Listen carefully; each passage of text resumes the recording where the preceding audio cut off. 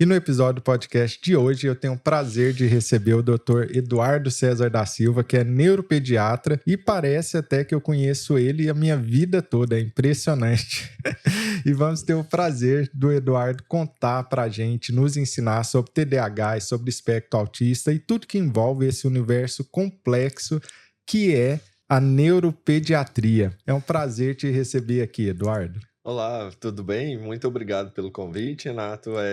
Já vamos alertando o público que nós não somos gêmeos, que eu sou mais novo aí há alguns meses, né? E vamos falar muito sobre esses distúrbios do neurodesenvolvimento, como é englobado o TDAH, o TEA e a deficiência intelectual também. E uma dúvida assim que eu acho que vale a pena a gente pensar e que muita gente provavelmente se pergunta: o que é um neuropediatra? O que faz um neuropediatra? Bem, o neuropediatra é um especialista médico que passou por pelo menos 2 residências médicas. Primeiro, no meu caso, eu passei pela pediatria, conhecendo todos os problemas pediátricos, infecções, crescimento e desenvolvimento também, para depois passar em outra residência médica, da neurologia pediátrica. A neuropediatria a gente dedica aos distúrbios do desenvolvimento. São as crianças que têm algum risco para apresentar atraso ou que, porventura, já apresentam algum atraso no desenvolvimento. Além disso, a gente acompanha casos de epilepsia, cefaleia, que é a dor de cabeça, e outras condições neurológicas associadas. E quando você está falando em distúrbios do neurodesenvolvimento, o que seria isso? O que é um distúrbio de neurodesenvolvimento? Então, o distúrbio, primeiro, o neurodesenvolvimento. O que é o neurodesenvolvimento? Há décadas atrás, a gente se preocupava muito com o crescimento da criança, que é o ganho de peso e estatura. Por quê? Porque nós estamos num país ainda em crescimento, em desenvolvimento. Então, era muito importante quadros de desnutrição, casos de baixa estatura. Hoje, não. Hoje, a gente já se preocupa mais com o desenvolvimento. O que é o desenvolvimento? Aprender novas habilidades. São habilidades do cotidiano, como falar, como andar, e são habilidades acadêmicas, por exemplo. Esse é o desenvolvimento.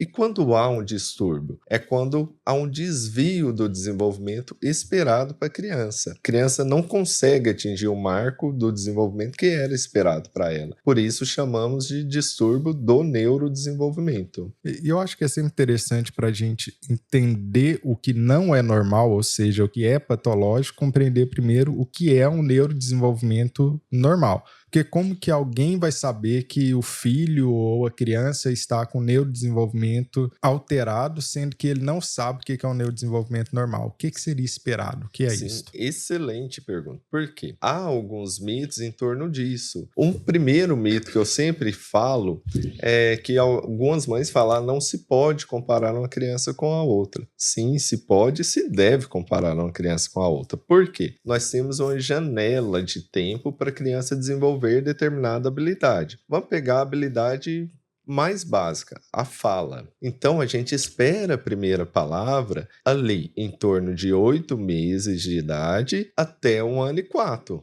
Saiu dessa janela, já é um desvio, já é um distúrbio do desenvolvimento que deve ser investigado. Então, nós temos as janelas, os marcos do desenvolvimento, que passou desse ponto, a gente deve investigar desvios. Alguns casos, a gente deve ter um pouco mais de alerta. São os casos de crianças prematuras, ou que nasceram com muito baixo peso, que é abaixo de 2,5 kg, ou que a mãe apresentou alguma doença, algum problema durante a gestação, devemos ficar mais alertas. E eu convido as mães a darem uma olhada no cartão de vacinação da criança, que está descrito todos os marcos, do marco motor, que é o andar, que é o se movimentar, e o marco de linguagem, os marcos cognitivos. Então, existem diferentes marcos do neurodesenvolvimento que mostram que essa criança está se desenvolvendo normalmente. Então, seriam, você tinha dito, marcos cognitivos. Isso. O mais utilizado é uma escala Denver, que chamamos,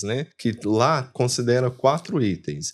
O desenvolvimento motor, próprio nome diz, né? É o andar, é o pegar, o caminhar, o engatear, tudo isso. O marco de linguagem, que é muito, muito, muito importante. O adaptativo, o comportamental. São os marcos super importantes que, se atrasar só o da linguagem, há distúrbios neuropediátricos que atrasam só a linguagem. Se atrasar o motor, devemos pensar em outras condições. Ou tem um atraso global do neurodesenvolvimento, que a criança tem atraso em vários desses marcos, que aí é uma condição que deve ser investigada com mais carinho. Quais são as principais causas que levariam a esse desvio ou a essa alteração do neurodesenvolvimento de uma criança? Ou os principais fatores de risco? Então, os principais fatores de risco, quando falamos do atraso motor, de uma alteração, um desvio do motor, a gente tem que pensar em condições de parto. A gente tem que pensar na prematuridade ou uma asfixia neonatal. O que seria asfixia? A falta de oxigenação na criança. Então, a gente já investiga isso, as crianças de risco, prematuro, baixo peso, ou se a mãe teve uso de substâncias durante a gravidez ou teve algum problema de saúde. Essas causas ambientais podem causar o atraso do desenvolvimento, mas há também as causas genéticas.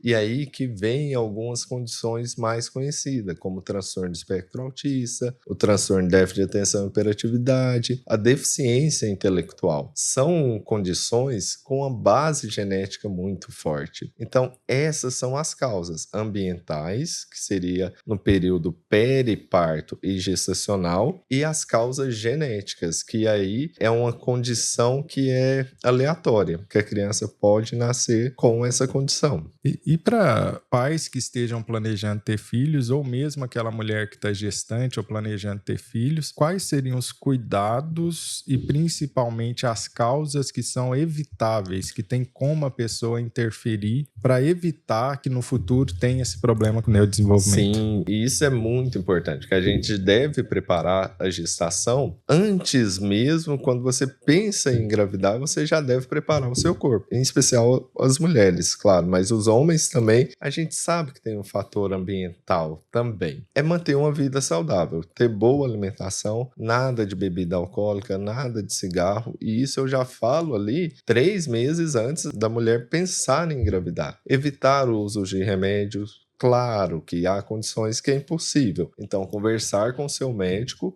qual o melhor medicamento para se preparar para a gravidez. Atividade física, sono adequado, é preparar o corpo da mulher para receber esse bebê. E eu imagino que eu evitar o uso de substâncias como álcool, cigarro durante a gestação seja algo importante, né? O que o uso de álcool durante a gestação poderia causar, ou o que a gente sabe que pode causar durante o neurodesenvolvimento? Então, o álcool é um veneno, né? É um veneno que muitas vezes é tolerado pela sociedade, né? É que a gente chega numa casa, já tem uma adega, já tem uma cervejeira, né? Então é uma droga que é tolerável pela sociedade, mas que é muito prejudicial. O extremo do uso de álcool da gestação é uma síndrome que a gente chama de síndrome alcoólica fetal, muito grave, que dá todos os desvios do neurodesenvolvimento que eu falei. Dá deficiência intelectual, dá um atraso motor, dá problemas comportamentais. E não há dose segura, não há dose segura de álcool durante a gestação que vai ser tolerada pela gestante, porque você está dando um veneno para a criança, né? Então é muito prejudicial nesse ponto. Também do cigarro. Ainda bem que a sociedade está deixando o cigarro um pouco de lado, mas com essa nova onda dos vapes, né?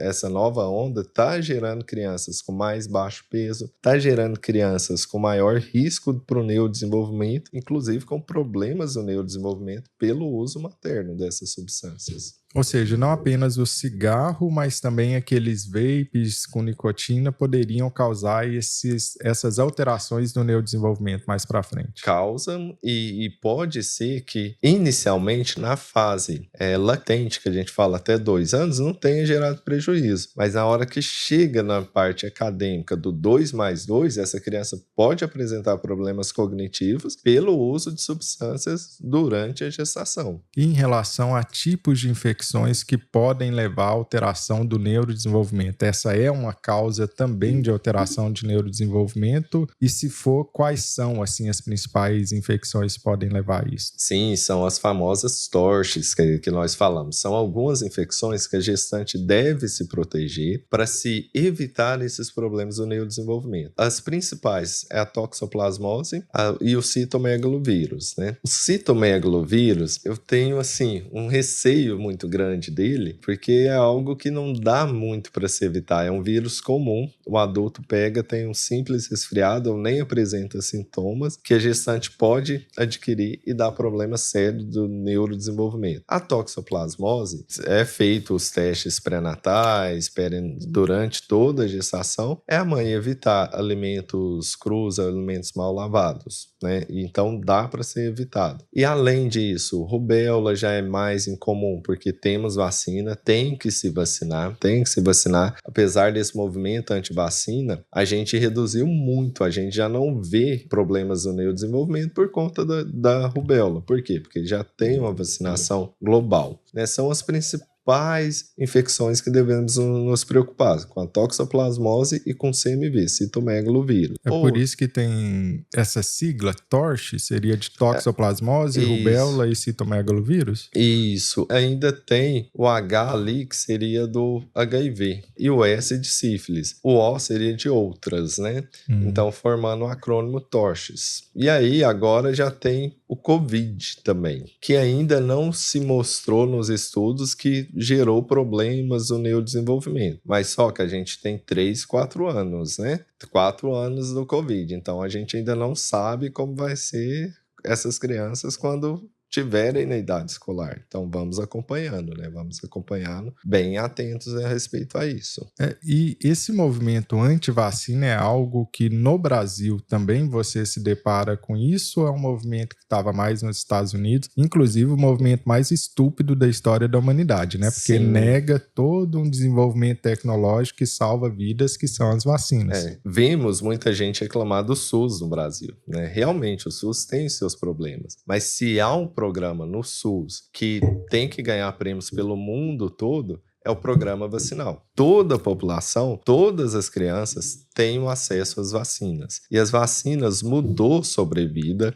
Hoje, eu já não tenho no meu consultório nenhum paciente com poliomielite, né, que era muito comum. Tudo graças a a vacinação global. E já aproveitando, já que a gente está falando de distúrbios de neurodesenvolvimento, a vacina, será que ela causa o transtorno de espectro autista? Não, não causa, tá? Não causa e não tem a menor possibilidade da vacinação levar a um distúrbio do neurodesenvolvimento. Agora, a infecção que a vacina está protegendo, essa sim pode levar a distúrbios do neurodesenvolvimento. Então, muito cuidado com isso. Vacinem seus filhos e se vacinem. No Brasil, ainda há uma resistência à vacinação. Tanto é que as taxas caíram de imunização. Está sobrando vacina da dengue, por exemplo, que é uma nova vacina e salva milhões de pessoas, né? Então, se vacine, que é seguro, é eficaz e protege bastante as crianças. Interessante, quer dizer que existiu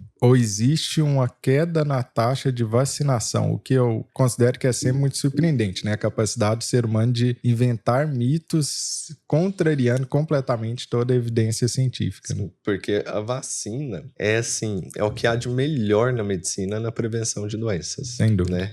É o que há de melhor. E eu vi muito isso na prática, como eu fiz a residência em pediatria e depois em neuropediatria, né? Durante a minha residência foi criada uma vacina para catapora, da varicela. No meu primeiro ano de residência não tinha essa vacina no SUS. Então a gente tinha muitos casos graves, casos de crianças indo para UTI por conta de catapora, inclusive causas de óbito. No segundo ano que foi introduzida a vacinação, já foi observado só casos mais leves. No terceiro ano, já na residência de neuropediatria, quando a vacinação já estava globalizada, já tinha em todo lugar, já não se vê mais casos de catapora. E quando são muito sutis. Hoje a gente já não vê tanto assim no consultório. Então, é muito eficaz. A vacinação é a maneira melhor de se prevenir uma doença. Então, vacine as crianças e os contatos também dessas crianças. É importante estar vacinado. Quer dizer, então, que um dos passos que uma mãe, um pai, um familiar que quer proteger a criança de ter uma alteração no neurodesenvolvimento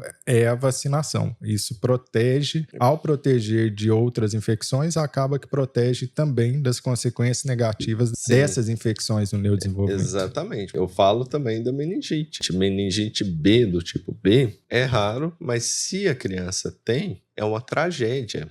É uma tragédia, ela perde todos os marcos do desenvolvimento, passa a ter epilepsia. Então, a vacinação você protege contra isso. Assim como outras meningites, meningite A, C. Então, vacinem suas crianças, vacinem. E qual a diferença entre o esquema vacinal oferecido pelo SUS e o esquema vacinal que a pessoa pode fazer na clínica particular? Isso é uma simples preferência ou existem vacinas que são oferecidas na rede particular no Brasil atualmente?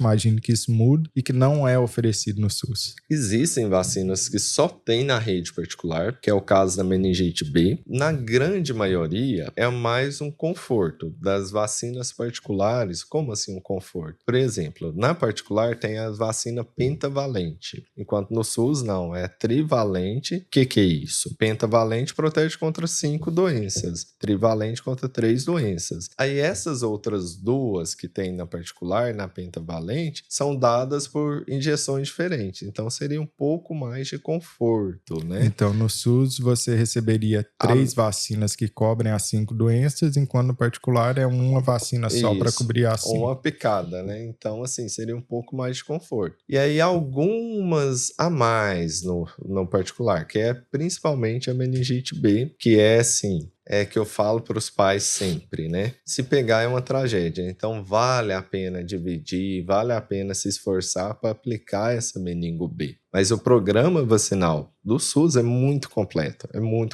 um dos melhores do mundo. Vacine, não tem motivo para não vacinar uma criança. E talvez o transtorno do neurodesenvolvimento mais conhecido ou mais falado seja o espectro autista. Primeiro, o espectro autista é realmente um transtorno do neurodesenvolvimento ou não? E o que significa ser um transtorno de neurodesenvolvimento no caso do espectro autista? É um transtorno do neurodesenvolvimento, porque é um desvio no desenvolvimento da linguagem e no desenvolvimento adaptativo, que é aquela que são 2 itens da escala Denver.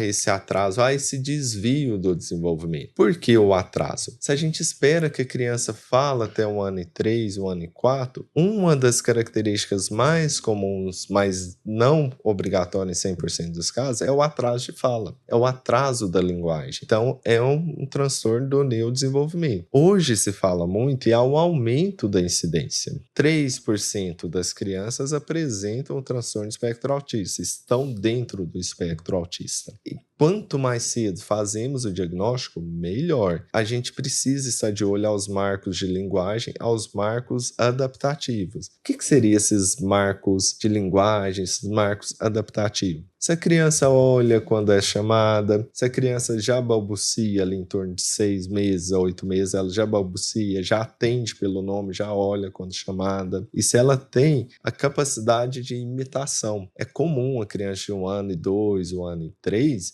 que ela já imite tarefas domésticas. Se você pega um pano e já limpa a mesa, ela vai pegar o pano e insistir para também ajudar. Isso é um comportamento adaptativo, de imitação. E quando há falha nesse desenvolvimento, a gente tem que pensar no transtorno do neurodesenvolvimento. Aí, no caso, o transtorno do espectro autista. E deixa eu entender bem essa questão. Pode ser a dúvida de muitos também. A partir de qual idade que eu posso começar a desconfiar de um possível espectro autista e a partir de qual idade que eu posso oficialmente dar esse diagnóstico? Essa é muito boa, porque um tempo atrás tinha a lenda que a gente tinha que esperar até 6 anos para se dar o diagnóstico do transtorno espectro autista. A suspeita, um caso mais novo que eu tive no consultório, foi 5 meses de idade, que a mãe já trouxe a criança porque Eu brinco com ela, ela não ri para mim. Eu chamo pelo nome, não olha para mim. Então já é um atraso do desenvolvimento, já é um atraso da habilidade social. Então a suspeita já começa 5, 6 meses de idade, já pode iniciar a suspeita.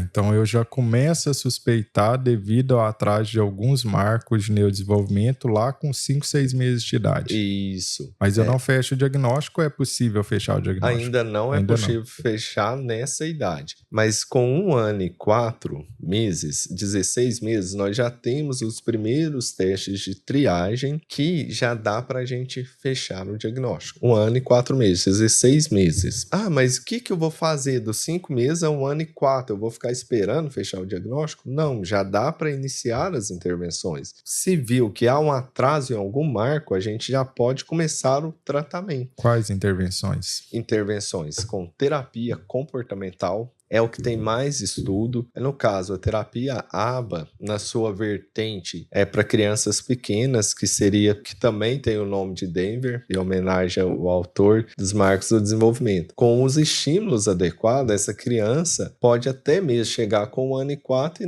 a gente vê, não é o transtorno espectro autista. Vai ter perdido por ter feito? Não, porque ela tinha um atraso do desenvolvimento. A gente estimula e ela melhora o desenvolvimento dela. Isso é muito, muito positivo. Isso eu falei, desses marcos do atraso pode acontecer até 5 meses, mas há casos mais dramáticos. Que casos são esses? A criança vai bem, a criança vai acertando todos os marcos do desenvolvimento, até que entre 1 ano e 6 a 3 anos de idade, há uma regressão do desenvolvimento. Por que eu falo que é dramático? Porque é muito dramático. A criança já fala ali cerca de 10 palavras e de repente parece que esqueceu esse vocabulário. E também, aí sim, deve também ser investigado como um distúrbio do neurodesenvolvimento, que a gente espera que a criança vá sempre evoluindo. Se ela estaciona ou regride, também pode estar no espectro autista. Então são duas vertentes, aquela criança que já vem com atraso desde 4, 5 meses de idade e aquela criança que apresenta uma regressão até os 3 anos de idade. Não acontece depois dos 3 anos.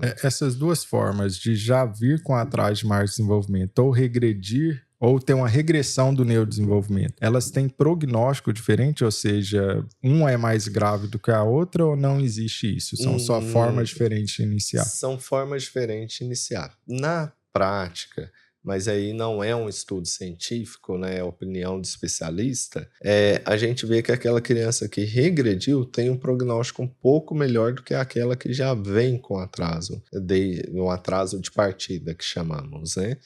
Mas vai depender muito da característica individual da criança. Se há, por exemplo, uma deficiência intelectual junto com o transtorno espectro autista, o prognóstico é um pouco pior. Prognóstico é o que a gente espera dessa criança no futuro. Vai ser um pouco pior. Então vai depender do fator individual e vai depender do que foi feito com essa criança. Qual o ambiente que ela foi criada e quais terapias que ela foi exposta. O ambiente aí é muito importante. Qual é o estímulo que as crianças têm em casa? Se é uma criança que só fica no tablet, só fica na televisão, no desenho, provavelmente o prognóstico é pior. É pior o prognóstico. Então, ela precisa de muito estímulo em casa e em terapias para que adquira as habilidades sociais esperadas para ela. E é possível que alguém receba o diagnóstico inadequado de espectro autista por ter atraso no marketing e neurodesenvolvimento, mas isso, na verdade, não é um espectro autista e sim uma falha no ambiente de prover estímulos adequados para o desenvolvimento dessa criança ou não? Não seria tão? Acontece. Às vezes eu recebo no consultório crianças que, a princípio, alguém levantou a suspeita de transtorno de espectro autista. Porque não está falando adequadamente ou porque acaba que não está socializando com outras crianças. Mas aí vamos ver, essa criança nunca foi estimulada a conversar com outra. Ela sempre teve com o celular e com o tablet na mão. Então ela nunca aprendeu a conversar com outro. Então há esse atraso e sem ser o transtorno espectro autista. Tem até alguns autores franceses que cunharam o termo autismo virtual. O que seria esse autismo virtual? Não é o transtorno espectro autista verdadeiro. São crianças que apresentam comportamento estereotipado, que apresentam atraso na linguagem pelo uso excessivo de telas. E aí, quando você tira as telas, resolve, cura o autismo. Então, por isso que não é autismo verdadeiro. Então, eles cunharam esse termo, autismo virtual, que é muito interessante, né? Que é bastante característico e acaba que a gente ainda vê algumas vezes no consultório. E nós já sabemos, imagino que seja um tema muito, muito recente, mas muito importante nos últimos 10 anos, né? 10, 15 anos que a gente tem o advento de Facebook, Instagram, YouTube, etc. Ou seja, as telas passaram a fazer muito parte da vida cotidiana dos adultos e também de crianças. Já existem estudos com qualidade grande suficientes que mostram os prejuízos ou não dessa exposição a telas precoce em crianças menos de 2, 3 anos de idade? Sim, e é justamente a exposição precoce muito intensa. Então há sim um prejuízo no desenvolvimento, tanto prejuízo social quanto prejuízos acadêmicos dessas crianças. Tanto é que a recomendação é antes dos 2 anos, é 0 tempo de tela. A criança não tem que ter tela antes dos 2 anos de idade. Isso é interessante. Quer dizer que antes dos 2 anos não pode ter tela. Ou a recomendação é 0 telas. 0 telas, 0 minutos, né? Depois vai sendo liberado meia hora, 1 hora por dia de telas, né? Mas aí, então eu entrego o tablet na mão da criança e ela vai escolher o que vê e tal? Não. Depois dessa idade, aí já falando em crianças em idade escolar, 6, 7, 8 anos, ela não tem esse direito, esse discernimento de decidir o que ela vai fazer com a tela, né? Então, os pais devem estar presentes para saber o que ele vai ver, o que ele vai estar assistindo, o que ele vai estar jogando. Eu não sou um completo radical 0 telas para uma criança já mais velha, 5, 6, 7 anos de idade. Por quê? O mundo vai precisar muito de programadores, por exemplo. Então, a criança tem que saber mexer. Vai ser uma habilidade tão importante quanto a escrita. Só que aí eu sou a favor do bom uso de telas. Vamos saber o que essa criança está vendo, vamos participar. Tá jogando o quê? Quero jogar junto. Vamos ver se isso é adequado para a sua idade. E sem que as telas atrapalhem as outras áreas da vida. Por exemplo, o sono, atividade física, a alimentação dessa criança. Para uma criança que recebeu o diagnóstico de espectro autista, quais as causas de uma criança vir a apresentar o espectro autista? E qual o papel da genética nisso e outras causas ambientais? Sim, a gente ainda não sabe a causa precisa do transtorno de espectro autista. E é aí que mora o perigo, porque surgem vários mitos, né, a respeito da origem do transtorno de espectro autista. Hoje o que temos é que a causa principal é a genética. Ou seja, você pode fazer tudo de errado, mas se você não tiver uma genética, provavelmente a criança não vai ir para o transtorno de espectro autista, né? Então, eles colocam ali 60% a carga genética. E as causas? No caso, seria 60% de se ter espectro autista é explicado pela genética? É explicado pela genética. Certo. E aí é uma herança multigênica. Como assim? São vários genes que somados levam ao transtorno de espectro autista. Alguns genes têm um peso bem maior, outros um pouco menor. E são variantes genéticas comuns à população. Então, não obrigatoriamente a criança com TEA, um dos pais vai ter o transtorno de espectro autista. Não é obrigatório, não é tão matemático assim. Causas ambientais. Eu gosto de alertar o que não provoca o TEA. Vacina não provoca transtorno de espectro autista, que é bom, importante deixar claro e sempre repetir. Prematuridade aumenta o risco, baixo peso ao nascer aumenta o risco, uso de substâncias aumenta o risco, voltando a tudo que a gente falou no início do podcast. A gente tem que ter uma gestação muito saudável. Há alguns estudos que falam que o estresse materno pode levar ao transtorno de espectro autista, então cuide bem das suas gestantes, né? O estresse de ansiedade, depressão pode levar ao transtorno de espectro autista. E remédio? Qual remédio que provoca? Saiu há pouco tempo um estudo falando do paracetamol, já surgiu estudos sobre Vonal, o Dramin, que são medicamentos comuns do uso da gestante. Qual que provoca, qual que aumenta a chance? Um único é o valproato de sódio. é o Depaquine, é o Depakote, o único que tem estudos bons. O paracetamol, você viu que o estudo não é tão bom e necessitaria de uma dose muito alta que a pessoa não consegue nem tomar para levar ao transtorno do espectro autista. Então, a única implicada na origem é o valproato, em doses mais elevadas. O que seriam doses mais elevadas? Acima de 1.000 por dia, acima de 1.000 miligramas por dia, que é o que a gente usa na epilepsia. Sei que na psiquiatria vocês usam doses bem menores do que nós na epilepsia, né? O valproato está associado a uma má formação do tubo neural quando utilizado no primeiro trimestre da gestação. Seria raro de um neurologista manter o valproato para uma mulher gestante, porque na psiquiatria, pelo menos, eu imagino que 100% dos psiquiatras retirariam o Depakote ou o valproato quando a paciente esteja gestante, grávida. E se viu que é dose dependente, né? Doses mais baixas do valproato reduzem bastante o risco de malformações no tubo neural,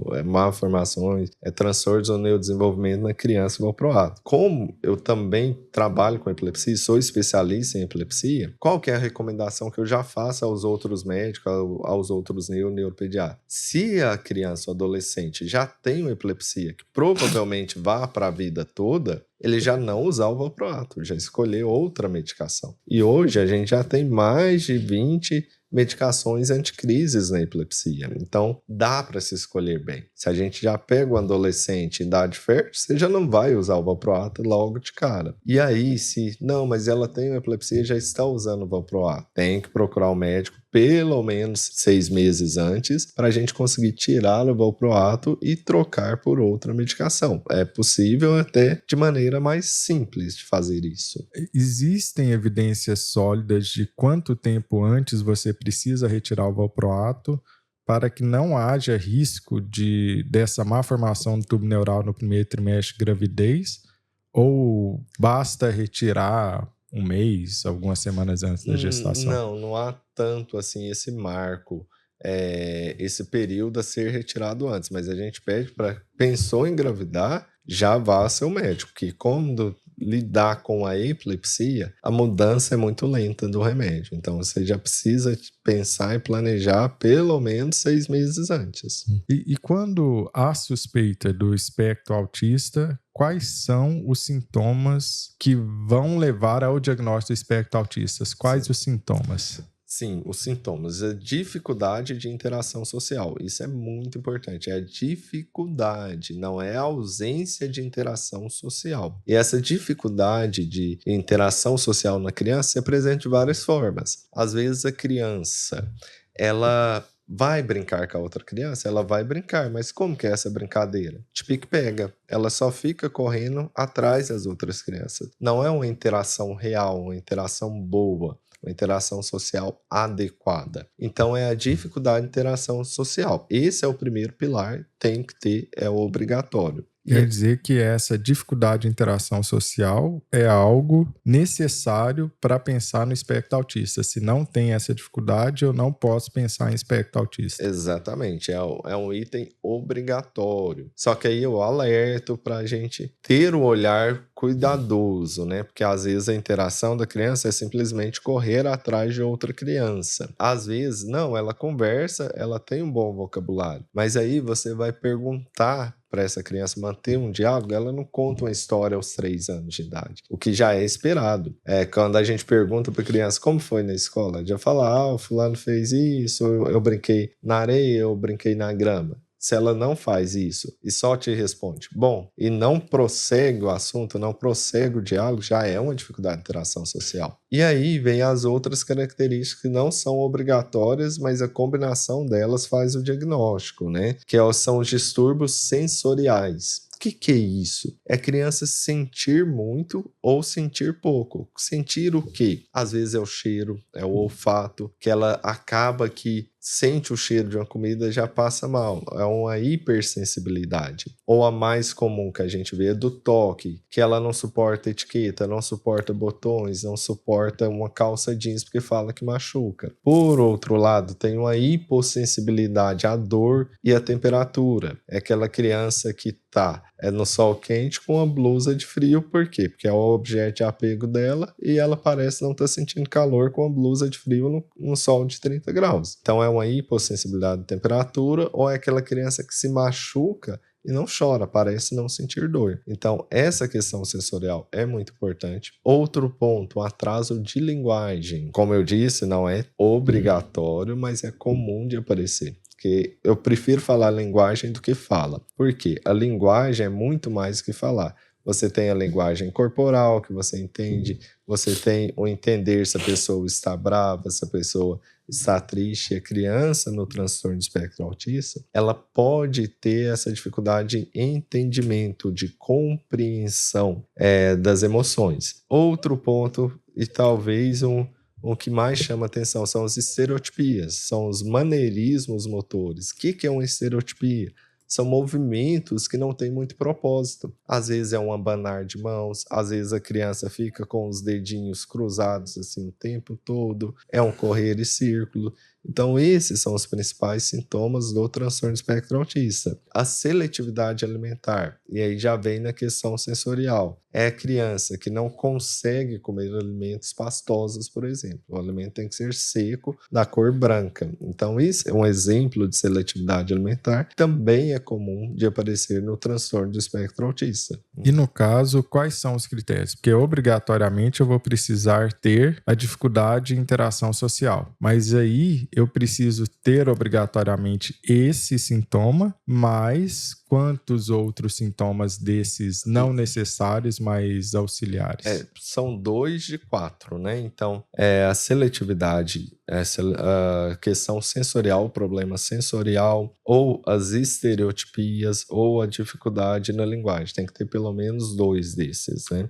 E não ser melhor explicado por outra condição, né? Isso é algo bastante importante, né? Porque antes do DSM-5, não podíamos diagnosticar deficiência intelectual junto com TEA, junto com o transtorno espectro autista. Então, as crianças com deficiência intelectual não recebiam esse diagnóstico. E agora a gente já pode fazer e é bastante comum a gente ter esse diagnóstico junto. Isso explica o aumento da incidência em parte e também os dois juntos. Só o DI sozinho não explica esses sintomas. Explica o atraso de linguagem, mas não explica a dificuldade de interação social, não explica as questões sensoriais. Então dá para a gente fazer o diagnóstico junto desses.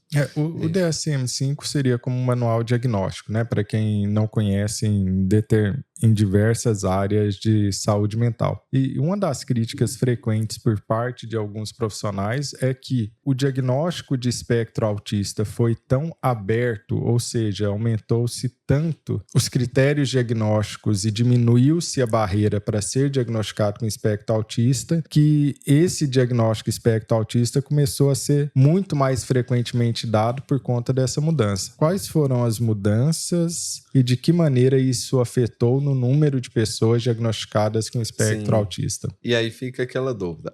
Mas pessoas ou elas que não eram diagnosticadas? Então, houve essa abrangência porque, por exemplo, antes um critério obrigatório era o problema de fala ou ausência de fala. Só hoje no consultório tem várias crianças que falam, vários adultos que falam e alguns falam até bem. Então, a retirada desse critério obrigatório já abrangiu o maior número de pessoas. Quer dizer que esse critério ele foi retirado do DSM-4 para o DSM-5, que é a obrigatoriedade dessa alteração de fala, o que aumentou o número de pessoas com o diagnóstico. E também outros diagnósticos foram enquadrados no transtorno espectro autista. Por exemplo, síndrome de Asperger estava fora do autismo infantil, passou a ser enquadrado no transtorno espectro autista. Tínhamos o transtorno pervasivo do desenvolvimento, também passou para dentro do transtorno do espectro autista. Por isso que aumentou tanto o diagnóstico. Esse aumento do diagnóstico foi ruim? Foi bom? Essa é uma discussão que a gente ainda tem. Porque essas pessoas que entraram no espectro, elas não vieram na nave espacial e caíram aqui. Já eram pessoas que estavam apresentando sofrimentos por conta do transtorno espectro autista. Só que não tinham nome, não tinham acesso ao tratamento. Então, essa foi a intenção. Vamos abranger para que essas pessoas tenham acesso ao tratamento. Então, ainda está em discussão discussão se essa mudança foi boa ou foi ruim. Mas, a princípio, foi boa, porque as pessoas que estavam em sofrimento agora têm acesso ao tratamento. Mas imagino que, e uma das questões provavelmente alguns profissionais criticam no espectro autista é dessa heterogeneidade de pacientes com o mesmo diagnóstico, ou seja, na cesta de pessoas com espectro autista eu tenho pessoas que são muito diferentes entre si no seu diagnóstico, abrangendo tanto desde pessoas que anteriormente seriam diagnosticadas com Asperger, que tem um alto QI ou alguma habilidade superior intelectual, até mesmo pessoas com uma deficiência intelectual grave, e agora os dois com o mesmo diagnóstico de espectro autista, ou seja, uma amostra heterogênea. Sim, e é uma amostra tão heterogênea que o DSM colocou 3 níveis. Nível 1 de suporte seria aquela pessoa que precisa de pouco auxílio para as atividades de vida diária, que seria o antigo Asperger, de pouco auxílio na comunicação, até o nível 3, que seria o mais grave, por vezes não consegue a independência nem nas atividades de vida diária, banho, se alimentar, tudo isso. Existem níveis, e esses níveis são dados pelo suporte necessário para a vida diária. Para a criança, para o adulto, para o adolescente, o que eles precisam de ajuda nas atividades de vida diária e também na comunicação. Só que aí, 3 níveis é pouco para descrever todas as pessoas. Dentro do nível 1, a gente vê pessoas totalmente funcionais, né, com necessidade de pouco auxílio, mas que tem uma certa dificuldade de iniciar o diálogo, de manter um diálogo, até pessoas que já necessitam de um suporte maior na comunicação, já necessitam de um suporte um pouco maior nas atividades de vida diária. Então, mesmo dentro do mesmo nível, há uma heterogeneidade muito, muito grande. Aí já passa para uma opinião pessoal. Eu acredito que em décadas, quando soubermos realmente qual variante genética, tivermos um exame genético que detecta essa herança quantitativa de vários genes, provavelmente o espectro autista vai se dividir. Já aconteceu isso, e isso já aconteceu na medicina, que foi com a síndrome de Rett, que antes estava enquadrado ali no mesmo capítulo do autismo infantil. Só que aí com os estudos se viu, esse é um gene específico, é o gene MECP2. Então aí saiu do espectro autista e foi uma síndrome separada. Então eu acredito que hoje o que a gente está vendo transtorno de espectro autista são várias condições que dão os mesmos sintomas ou sintomas semelhantes, mas que possuem uma causa muito diferente. A gente chama do espectro autista várias condições, várias causas diferentes. E é possível, por exemplo, que uma criança receba o diagnóstico de TDAH, transtorno de déficit de atenção e hiperatividade, durante a infância, e na idade adulta ele já não fecha mais esse diagnóstico, não tem mais esse diagnóstico. Ou seja, um diagnóstico recebido na infância de TDAH não é um diagnóstico para a vida toda. Pode ser, algumas crianças vão permanecer com TDAH na idade adulta, outras não. E com o espectro autista, uma vez que eu recebo o diagnóstico durante a infância, esse diagnóstico 100% de quem recebe o diagnóstico durante a infância continuará com o diagnóstico na idade adulta, ou há essa mudança como o TDAH? Não, continuará com o diagnóstico do transtorno espectro autista na idade adulta.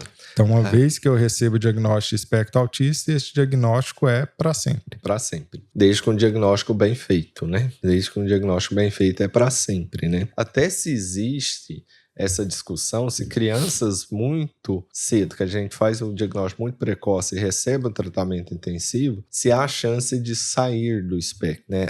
Essa criança era do espectro autista, agora saiu do espectro. Hoje, cientificamente falando, não há essa possibilidade. Na vida real, que não vale tanto quanto científica, às vezes acontece, né? De uma criança parecer não preencher mais critérios, né? A gente pensa que talvez, o diagnóstico estava errado? Talvez, né? Mas atualmente a gente não pensa nessa saída do espectro autista, não. E o que sabemos sobre as alterações neurobiológicas que levam à manifestação desses sintomas do espectro autista que você descreveu? Ou seja, quais são aquelas alterações no corpo, no cérebro, que levam à manifestação desses sintomas do espectro autista? Então, hoje o que se tem é um problema de conectividade. O que é isso? É conexão entre um neurônio e outro. É uma doença da substância branca. Hoje o que se tem, né?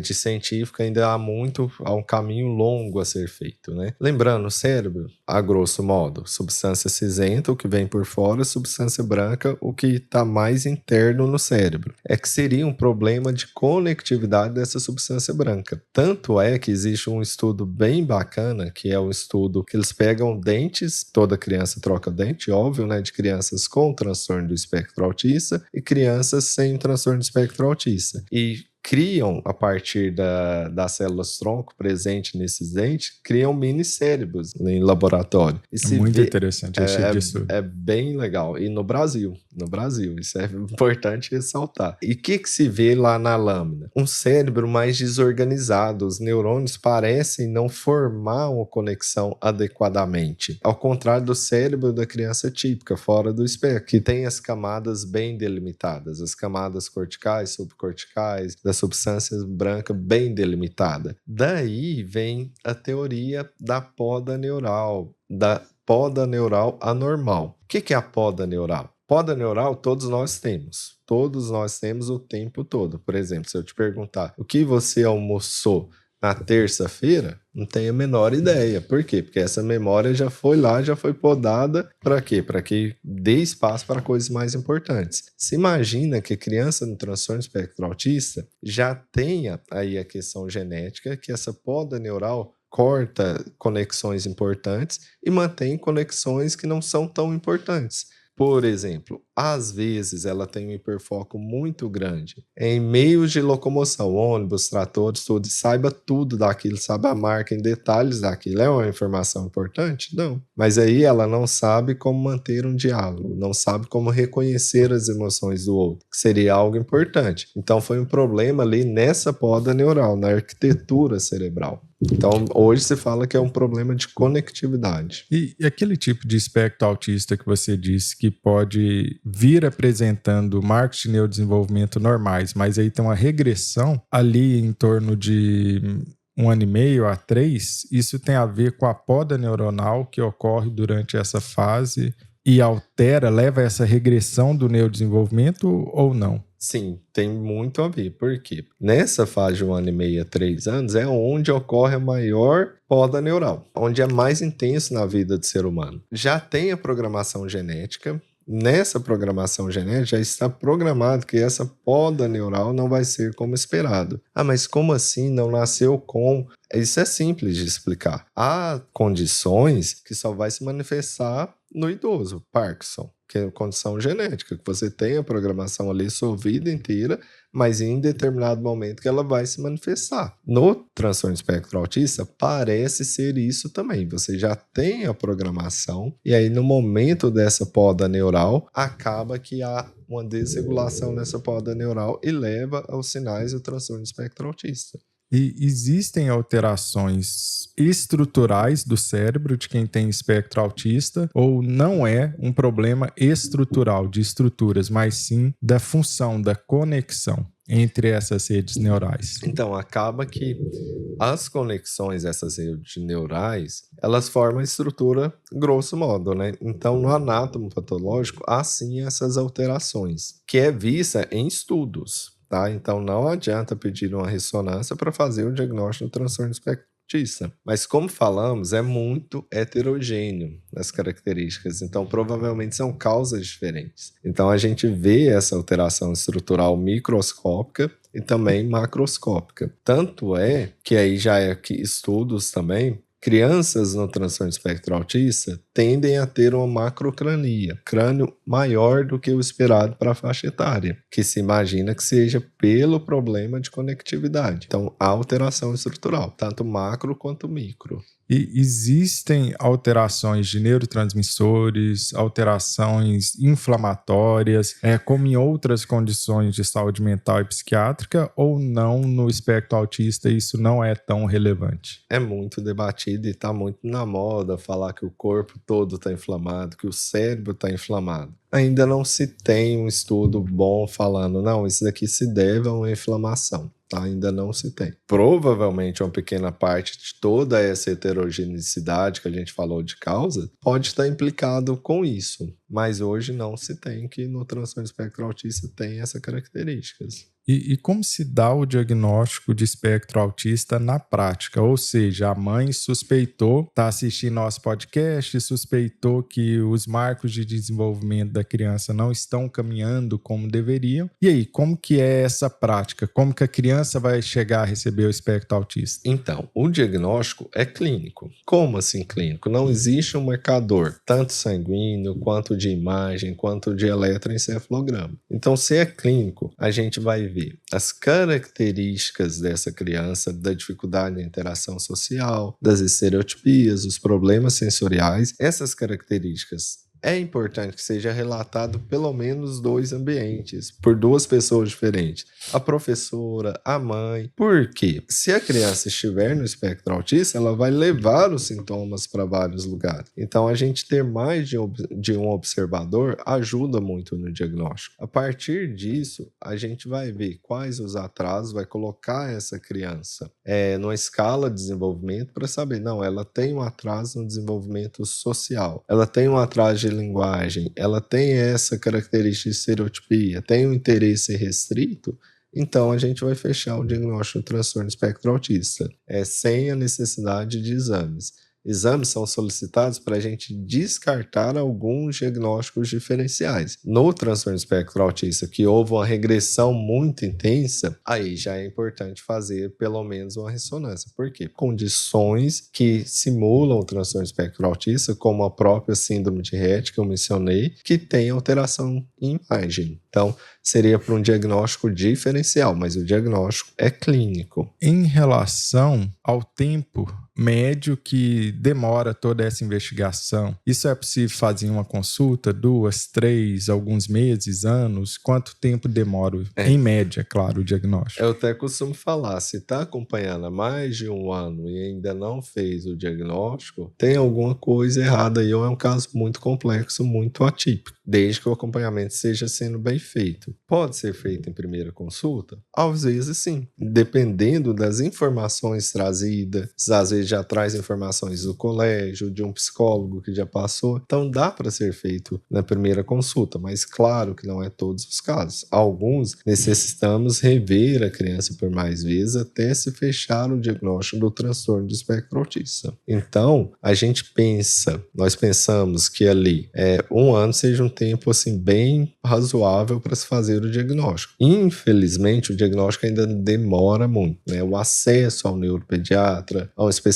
em desenvolvimento ainda demora bastante, e quando chega, às vezes ainda demora a ser feita uma avaliação. Por isso, o que eu falo para os pais? Vá à consulta. Se por acaso você não saiu com o diagnóstico fechado de transtorno espectro autista, mas foi observado um atraso de fala, um atraso social, vá tratar, vá fazer o tratamento mesmo antes de você ter o diagnóstico. Por quê? Não podemos perder o tempo. A criança tem uma janela de oportunidade, uma janela onde ela aprende muito mais, que é ali até os 5 anos de idade. Então não percam esse tempo. Mesmo sem o diagnóstico, se há um atraso, vá fazer o tratamento, vá fazer as terapias indicadas. Você até citou sobre a questão do tratamento, que a partir do momento que recebe o diagnóstico do espectro autista, qual seria o tratamento para o espectro autista? Mas antes da gente entrar nesse assunto que é super importante, vamos tomar um cafezinho, né? Uma pausa e um cafezinho.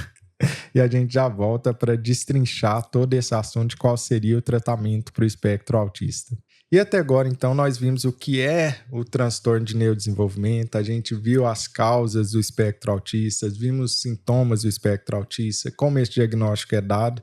E a partir desse momento, a partir do momento que a criança recebeu o diagnóstico de espectro autista, o que fazer a partir de então? Qual o tratamento? Então, até mesmo antes do diagnóstico, né? Surgiu a suspeita, a gente viu que houve um atraso, viu que tem uma rigidez cognitiva, que tem as estereotipias, a gente já pode iniciar as intervenções. O tratamento do transtorno do espectro autista é baseado em terapias.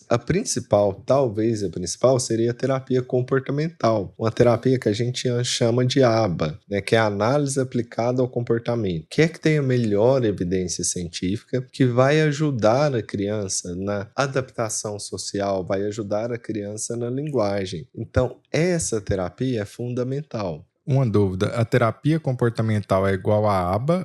ABA é um tipo de terapia comportamental ou são duas coisas diferentes? A ABA é um tipo de terapia comportamental. Há outras, Dear Floor Time, há outras terapias comportamentais. O ABA acaba que é o que tem melhor evidência científica para o transtorno espectro autista, então acaba que é a mais indicada. Outras terapias, como tem um atraso na linguagem, um atraso na fala, a fonoaudiologia se torna importante. Como tem questões sensoriais, questões da seletividade alimentar, a terapia ocupacional também é importante. São as três que têm a melhor evidência para o transtorno espectro autista. Você vê que eu não falei de medicação, porque a decisão é sempre individualizada. Medicação só utilizaremos se houver comorbidades, se houver uma condição junta, por exemplo, TDAH, um transtorno ansioso, um transtorno de sono associado, ou se o sintoma de agitação e agressividade for tão intenso que estiver atrapalhando as terapias, que estiver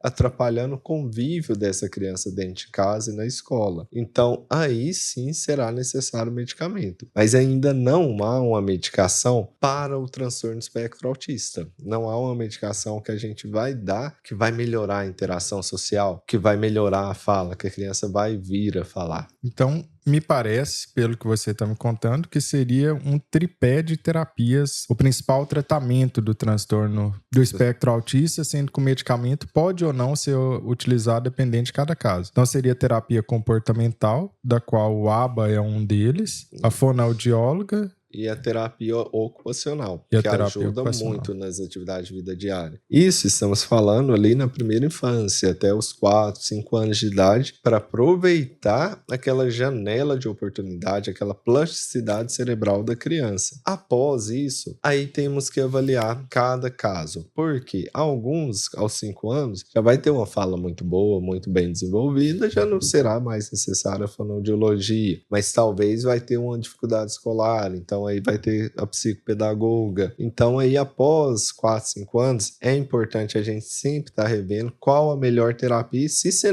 necessário terapia. Algumas crianças nessa idade dá para ficar sem terapia. A terapia não vai ser para a vida toda. Em que consiste o ABA, que é o método mais famoso, que a gente ouve falar mais de tratamento para o espectro autista? O que é isso? O que a criança faz? O que o pai faz na prática? Isso foi importante de dizer o que o pai faz, o que a mãe faz. Porque o ABA, os estudos são baseados numa terapia intensiva, uma terapia várias horas por semana, que não dá para ser feita em clínica, tem que ser feita no dia a dia. Então, é uma análise aplicada ao comportamento. Há um analista, um especialista, um psicólogo especialista, que coloca essa criança em um gráfico que chama VibMap, que a gente vê as dificuldades em linguagem, a dificuldade social, a dificuldade visual, vê todas as dificuldades dessa criança. Essa analista traça o plano terapêutico para a acompanhante terapêutica aplicar. Essa figura da acompanhante terapêutica pode ser a própria mãe, pode ser uma psicóloga também. E aí vai sendo trabalhado essas lacunas que a criança tem. Muitas vezes é trabalhado por repetição. Repetir,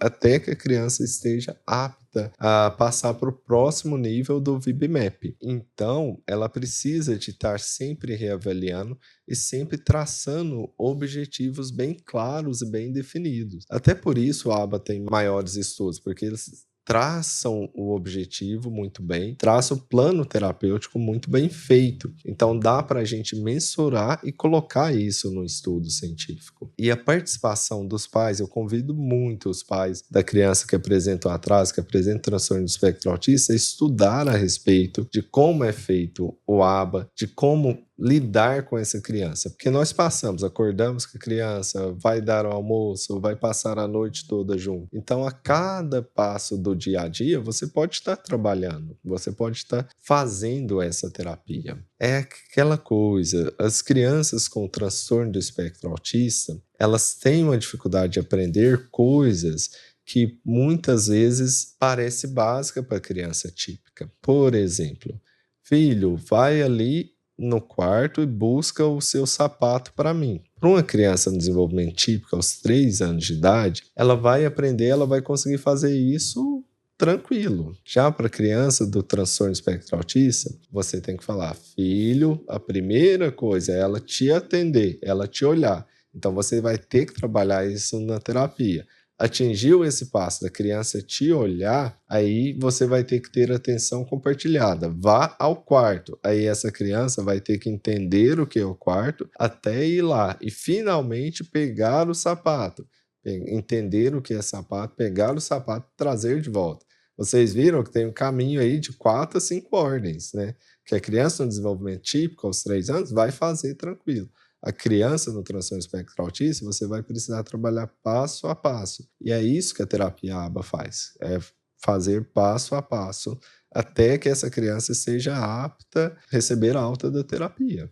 É interessante como isso mostra o quanto que coisas que a gente tem como simples e garantidas, na verdade, são funções extremamente complexas do cérebro, né? Mesmo atos como pegar uma caneta, fazer um sanduíche, coisas do gênero, exigem uma série de passos e uma complexidade enorme do nosso cérebro que, por estarmos acostumados a fazê-las sempre, a gente às vezes não se atenta para a complexidade que são essas tarefas ditas simples do cotidiano. Sim, e na infância, uma função executiva muito interessante que eu gosto muito é a atenção compartilhada. É a gente virar para a criança, filho, olha a lua lá no céu.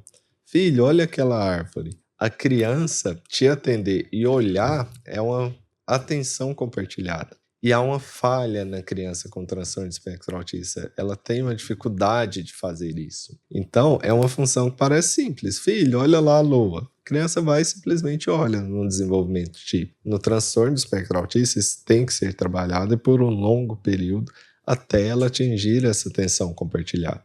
Porque atenção compartilhada no sentido de que ela passa a prestar atenção naquilo que você está indicando, ou seja, ela passa a compartilhar a mesma atenção. E isso é interessante porque um dos problemas do cérebro humano é viver num universo que é complexo demais para ele, e a gente tem tanta coisa para prestar atenção ao mesmo tempo que você tem que priorizar certos fatores, né? Então eu tô aqui, eu tô prestando atenção em você, mas eu poderia estar prestando atenção na estante, no livro, no chão, na mesa, na luz, na câmera. Eu poderia prestar atenção no padrão do microfone, por que que esse microfone é preto. Então é um universo de inputs muito complexos que nós temos. O fato de eu estar prestando atenção no que você me diz não é simples, porque existe um universo de possibilidades. Sim. E não é simples, tanto é que essa é outra dificuldade no transtorno do espectro autista. O importante aqui está sendo a nossa conversa, o nosso diálogo. Mas às vezes, para a pessoa com transtorno do espectro autista, o importante está sendo esse botão aqui, ó, que ele está um pouquinho desalinhado. Então eu vou perder aqui 2 horas prestando atenção nesse botão e não no diálogo, que seria importante. Então é a dificuldade do direcionamento da atenção. Então esse é um fator muito importante a ser observado tanto no adolescente com transtorno espectro autista quanto na criança, né? É a dificuldade de direcionamento da atenção. E essa alteração no direcionamento de foco ou atenção é o que cria o chamado hiperfoco? Ou o que é o hiperfoco e o que leva a isso? É o que cria o hiperfoco, né? É um interesse muito forte, é uma dificuldade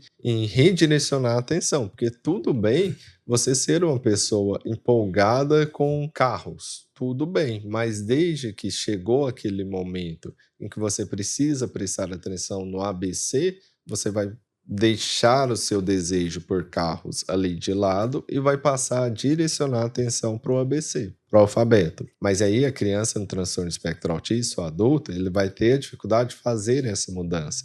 Eu vou deixar o meu desejo, o meu conhecimento aqui por carros para estudar, porque agora é o momento de estudar. Então há uma dificuldade nesse direcionamento da atenção. E esses interesses específicos que eu acho que chama atenção no espectro autista, ou pelo menos É o que os livros e os filmes e séries nos levam a pensar como um sintoma comum. Como, por exemplo, tem aquela série Netflix que o rapaz é autista e ele tem um grande interesse por pinguins e sabe tudo sobre pinguins. É um interesse específico dele. Isso é algo comum na realidade no espectro autista e o que leva a isso? É comum, mas não tanto quanto colocado nos seriados. Mas é bastante comum que, apesar de há seriados ali que a gente vê e romantiza esse hiperfoco, gera um sofrimento para essa pessoa. Gera um sofrimento muito grande. Tem uma criança no consultório, QI bom, aprende bem. No entanto, tem um interesse muito forte por animais do fundo do mar. Baleias em específico. Sabe tudo sobre baleias. Mas não consegue responder a idade. Quantos anos você tem? Aí ele já passa para a baleia jubarte faz isso, aquilo. Então, esse interesse muito forte atrapalha o social. É aquela pessoa que está no churrasco adulto, que tem um hiperfoco por algum assunto, que só quer falar daquele assunto. Se a outra pessoa fala algo diferente, ele não se interessa, simplesmente sai de perto. Então, atrapalha muito a vida, atrapalha muito a socialização dessas pessoas e causa um sofrimento. É que eu imagino que enquanto você está naquele assunto de maior interesse, isso pode estar em detrimento de outras coisas que a sociedade valoriza mais, por exemplo, né? Sim, com certeza. Provavelmente causando esse descasamento, né, entre o que seria esperado, que você tem interesse, daquilo que você realmente tem interesse, que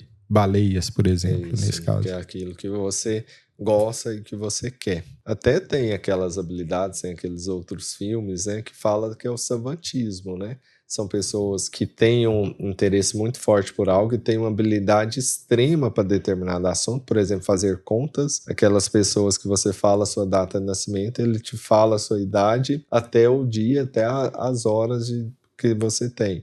No entanto, na hora de escrever, na hora de manter um diálogo simples, não consegue.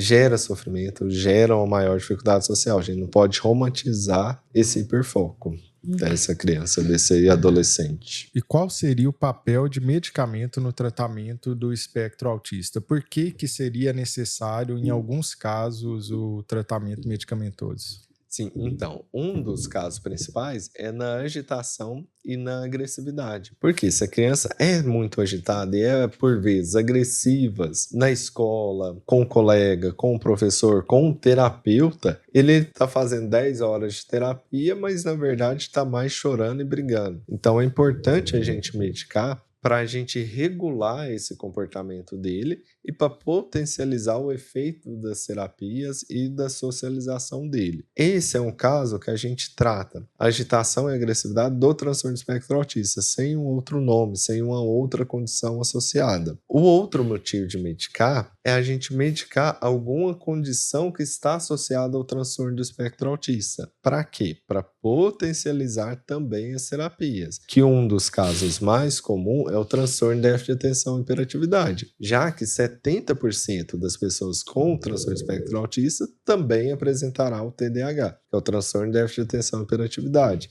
E aí a medicação já é quase que obrigatória. Então, nesses casos, a gente medica, melhora a atenção, melhora a agitação, melhora a concentração, consequentemente, vai melhorar o desempenho escolar, vai melhorar a socialização, vai melhorar a eficiência das terapias. E existe algum papel de suplementos alimentares no tratamento do espectro autista? Ainda não. Apesar de que é muito propagado por aí que vamos dar altas doses de vitamina D, vamos fazer suplementação de zinco, de magnésio, que agora está na moda, o que se tem é um efeito pequeno do ômega 3, um efeito muito pequeno do ômega 3 nas crianças com o transtorno do espectro autista. Então, a suplementação pelo transtorno do espectro autista em si não é indicada. Mas como eu falei lá no início, um dos sintomas é seletividade alimentar. Se essa criança come apenas arroz, apenas macarrão, pode estar sendo o caso de ela estar tendo alguma deficiência de nutrientes. Então, aí se houver essa deficiência de nutrientes, aí sim você vai suplementar. Mas entenda, você não está suplementando o transtorno espectro autista, você está suplementando uma deficiência nutricional que essa criança apresenta. E aí eu até acrescento outra coisa, dietas sem glúten, sem caseína, que é muito falado no transtorno espectro autista, não tem uma evidência. Pelo contrário, tem evidências falando que não melhora o transtorno espectro autista e pode, inclusive, piorar a seletividade alimentar. Então, você só vai tirar glúten se houver a doença celíaca associada. Então, a caseína também, que é o leite, não é necessário retirar para todas as crianças no transtorno espectro autista. Muitas mães, gosto de ressaltar isso, porque muitas mães já estão no sofrimento, que a criança já tem uma seletividade e ainda traz mais essa dificuldade. Ele só comia pão, mas o glúten não pode. E agora, o que eu faço? Vou dar leite. Mas o leite não pode, tem caseína. E elas ficam em sofrimento no looping, né? Então, não tem evidência, tem evidências contrárias da retirada de glúten e de caseína. Interessantíssimo. E para quem quer saber mais sobre espectro autista, sobre outras questões de transtorno e neurodesenvolvimento, como que te encontra? Onde que te acha?